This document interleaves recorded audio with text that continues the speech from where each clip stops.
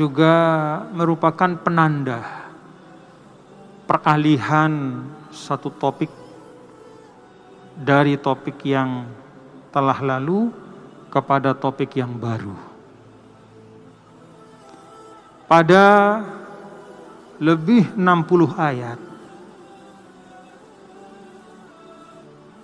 sebelumnya Allah bahas panjang lebar pernak-pernik perjalanan naik turun, ya, dinamika suatu umat, ya, yaitu bangsa Yahudi, baik pada masa Nabi Musa alaihissalam ataupun pada masa Nabi besar Muhammad sallallahu alaihi wasallam.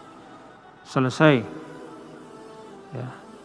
Sekarang masuk pada suatu bagian yang terkait dengan seorang tokoh besar, ya, yang tidak kalah besarnya, bahkan mungkin lebih besar, ya, dari tokoh yang sebelumnya, yaitu Nabi Musa alaihissalam. Tokoh kita yang sekarang ini adalah Nabi Ibrahim alaihissalam. Saya katakan tidak kalah besarnya karena memang, atau bahkan lebih besar karena Nabi Ibrahim ini memang disebut dengan Abul Anbiya. Ya. Kalau dihubungkan dengan Nabi Musa, maka Nabi Musa itu cicit dan enggak tahu lah namanya, sudah sekian generasi setelah Nabi Ibrahim. Jadi kalau kenabian itu seperti pohon, ya, maka Nabi Ibrahim itu tunggaknya. Dia menjadi batang besarnya itu. Lalu ada cabang-cabangnya, ya. Ada cabang-cabang berupa nabi-nabi dari Bani Israel, anak cucu beliau, Ismail, ya, putra beliau.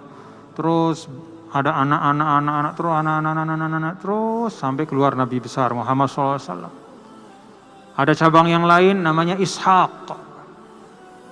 Nah, dari Ishak ada anak cabang, nah, atau anak lagi namanya Yakub. Dari Yakub Yusuf, terus sampai kepada Nabi Isa alaihissalam. Jadi Nabi Ibrahim itu tunggaknya. Maka dia disebut sebagai Abul Anbiya.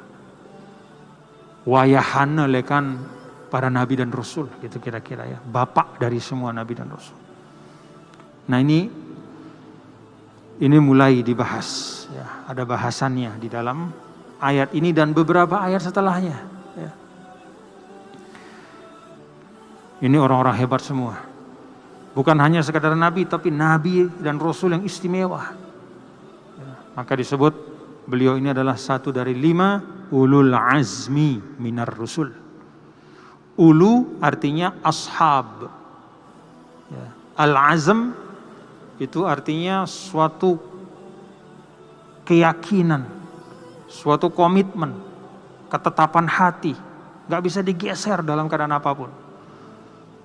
Di situ ada 5 orang kalau kata sebagian ulama, ya, jumhur ulama, yaitu pertama Nabi Ibrahim, yang pertama Nabi Nuh, yang kedua Nabi Ibrahim, yang ketiga Nabi Musa, yang keempat Nabi Isa, dan yang kelima Nabi kita, Nabi besar Muhammad sallallahu alaihi wasallam.